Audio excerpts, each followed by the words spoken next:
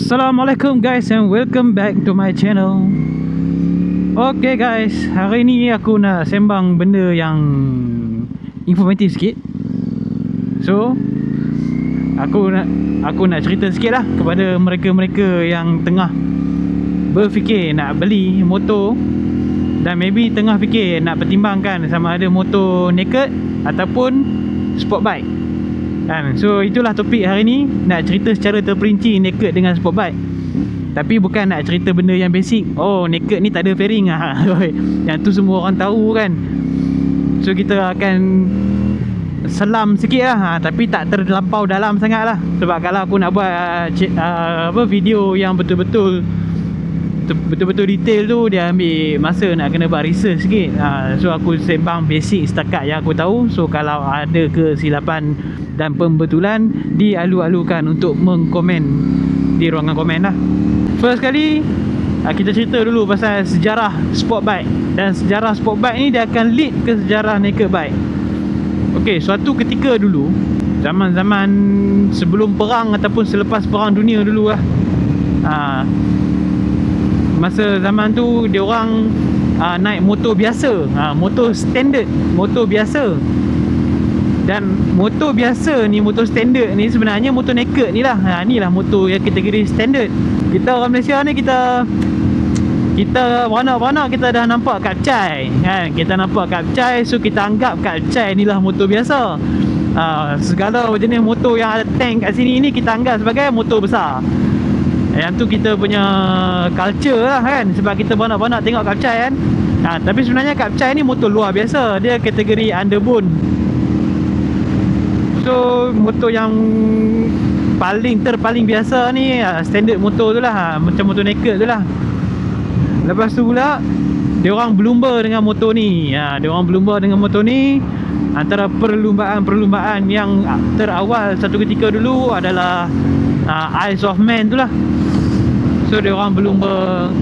Selepas dia orang berlumba, masa tu lah dia orang mula nak R&D sikit untuk nak buat motor yang race focus. So sport bike ni suatu ketika dulu dia tak macam sekarang. Dia terbalik. Dia buat untuk race dulu. Lepas dah race, lepas tu baru dia nak kumpul modal. Nak cari balik modal dia dah pakai untuk race tu kan. Dia jual sport bike tu untuk kegunaan awam. Dia tampal ni. Dia sepak lah. Dia sepak masuk lampu dengan number plate.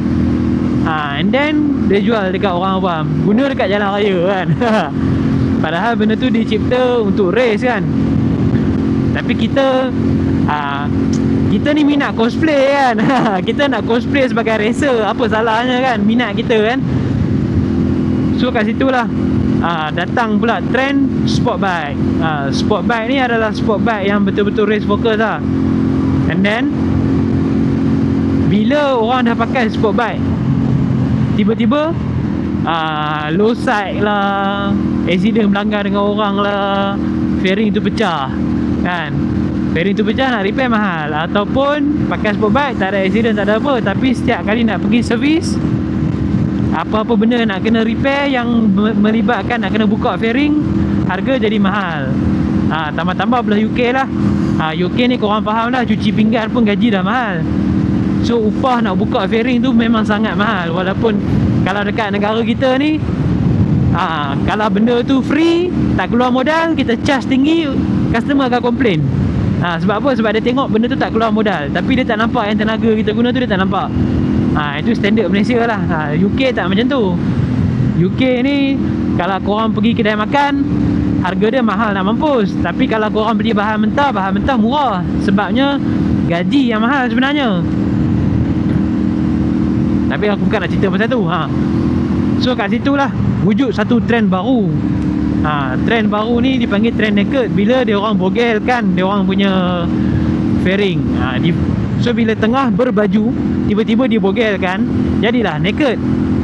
Sebelum wujudnya sport bike, motor yang kategori standard ni memang naked lah kan, memang bogel pun, tapi orang tak panggil sebagai naked.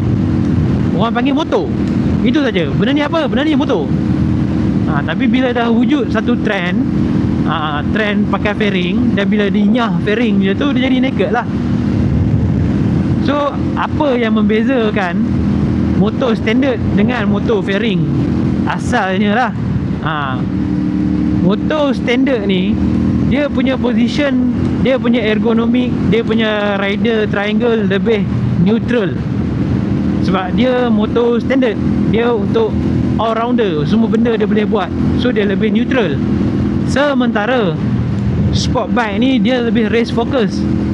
Bila race focus ni, cara dia buat dia punya chassis tu, dia punya, orang kata apa, angle-angle dia tu lah kan. Itu engineering punya level lah. Kita nak explain lebih-lebih pun takut salah kan. Lepas tu pula material chassis dia, tepat pemijak ni, footpack punya position ni kan. Lepas tu pula yang paling penting, engine punya position. Engine tu ke atas sikit ke bawah sikit ke depan sikit ke kan. Nampak macam engine tapi sebenarnya kita kena faham satu lah, motor kita ni, yang menstabilkan motor kita ni ada 3 gyroscopic force. Gyroscopic force yang pertama dan kedua dekat tayar depan dan tayar belakang. Gyroscopic force yang ketiga dekat mana? Dekat crank, dekat crankshaft kita tu. So benda tu akan effect stability, kau punya flickability. Kau nak flick motor kiri kanan tu ringan ke berat. So itulah kelebihan motor sport bike. Dia dicipta untuk race focus berbanding dengan motor naked. Dan kalau kita tengok sekarang ni, dah banyak pula motor cross platform. Motor cross platform ni pula, dia buat naked dulu. Lepas dia buat naked, dia cross platform kan jadi sport bike pula. Iaitu kategori ni, kategori middleweight yang ada sekarang lah. Kebanyakan middleweight ni, almost all the middleweight punya kelas ni kan memang cross platform. Dan bila dia nak buat cross platform, dia punya chassis tu chassis neutral lah. Chassis standard lah ataupun chassis naked. Macam-macam lah nama orang panggil. Ada yang panggil soft sport bike, sport bike lembut. Ada yang panggil not so super sport bike, sebab dia sport bike yang tak berapa nak super sangat kan. Dan ada juga yang panggil fair naked, naked berfairing. Aku lebih prefer naked berfairing tu. Siap baru ni aku nampak siap orang gaduh dekat komen tu.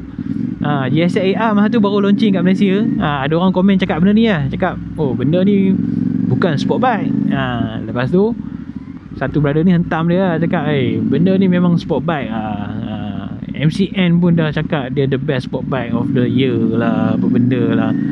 Tapi dia tak salah tau. Bagi aku kedua-dua brother yang tengah bertengkar dekat ruangan komen ni, dua-dua tak salah sebenarnya. Dia cuma sudut pandang yang berbeza. So apa kelebihan kepada motor cross platform ni kan? Kelebihan dia, kau dapat dua dalam satu lah. Dan kekurangan dia, dia tak betul-betul performance focus seperti motor yang betul-betul sport bike. Contohnya macam ni lah, CBR 650. CBR 650 ni body CB 650 lah, body neutral lah, body naked. Kemudian dimasukkan fairing. Dan dipanggil benda tu sebagai sport bike. Tapi memang sport bike pun lah. Cuma dia takkan dia punya performance tu takkan sepadu CBR 600 RR. Dan benda ni antara model cross platform ni kira model yang terpaling laku lah sekarang ni sebenarnya dalam kategori sport bike ni kan. Ada banyak sebab lah. Salah satu sebab harga dia murah. Salah satu lagi sebab banyak returning rider ataupun rider-rider yang dah berumur, yang mungkin dah main super sport, pernah pakai 1000, pernah pakai 600 super sport kan. So once diorang dah nak relax, nak slow down, tapi diorang still nakkan sport bike, masa tu lah middleweight sport bike ni boleh jadi diorang punya pilihan. Sebab dia still, yalah, at the end of the day still a sport bike lah kan. Cuma dengan chassis yang tak 100% fokus on sport purpose lah.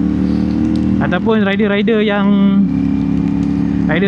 teringin nak pakai sport bike, tapi pada masa yang sama nakkan motor yang praktikal, boleh pakai daily, boleh utilize betul-betul kan. Kita bayar pakai duit motor tu dan kita nak pakai dia betul-betul kan. Dan pun sesuai juga kan. ataupun orang yang selalu naik highway kan, pergi kerja jauh,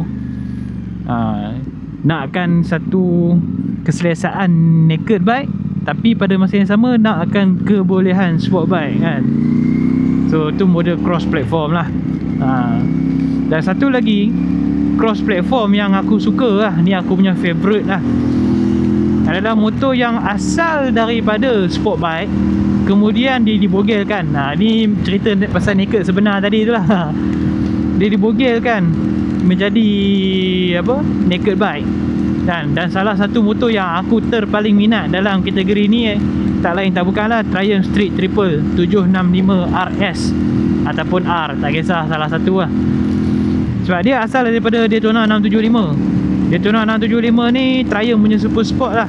Triumph punya super sport Daytona 675. Lepas tu diorang buang dia punya fairing, diorang naikkan dia punya handle pakai handlebar. Lepas tu pula dia pendekkan gearing, supaya download torque tu lebih sedap main lah. Sebab naked kan, naked ni kita nak main torque, kita nak main pick up lah. So terhasil lah Street Triple. Sebab apa aku cakap aku minat kan? Sebab kau bayangkan, kau boleh dapat satu motor yang capable macam super sport, tapi selesa sebab dia naked. Dia macam kau nak naik selesa tu sedap. Lepas tu pula capability dia tu, main corner semua memang power lah. Kau tengok lah Street Triple RS, kalau kau tengok YouTube ke apa ke, memang banyak geng-geng main track pakai motor ni. Tambah pula yang apa, enjin motor tu kan, sebab yang sebelum ni asalnya 675. Lepas 675 sekarang dia naikkan jadi 765. Yang 765 ni motor tu punya enjin lah. Memang betul-betul motor tu punya enjin. So memang best lah yang tu kan. Lepas tu dia capable kan, dia capable sedap main apa semua kan, selesa. Lepas tu yang penting dia punya torque tu power. Motor ni aku cakap korang, kalau betul-betul kita nak enjoy lah, kalau kita nak enjoy atas jalan raya lah, sebenarnya torque lagi best daripada horsepower tau. Torque lagi best daripada horsepower. Kalau kau tak percaya kan, kalau kau naik motor kat Chai, katalah motor kat Chai kau tu laju lah, macam RSX kan, RSX standard dah boleh dapat 1.4 kan, tapi dia punya 1.4 tu tak terasa laju. Sedangkan dia lagi kecil, lagi tak stable kalau nak compare dengan motor besar kan. Tapi disebabkan badan kita gradually adapt dengan speed, sebab dia naik slow sampai 1.4. So badan kita adapt dengan benda tu, so kita tak rasa dia punya thrill walaupun bawa 1.4. Tapi contohlah kalau kau bawa motor naked 250 single piston, motor ni top speed dalam 1.5 je. Walaupun 250 top speed dia 1.5 je, tapi dia punya pick up nak cecah 1.4 tu, zoom naik 1.4. Masa tu kau akan rasa lebih seronok sebab dia punya thrill tu sampai. Dia punya thrill bila apa, motor kau pergi daripada 0 ke 100 kan, 0 to 100 tu cepat. Sebab dia rasa dia punya pull tu rasa lah.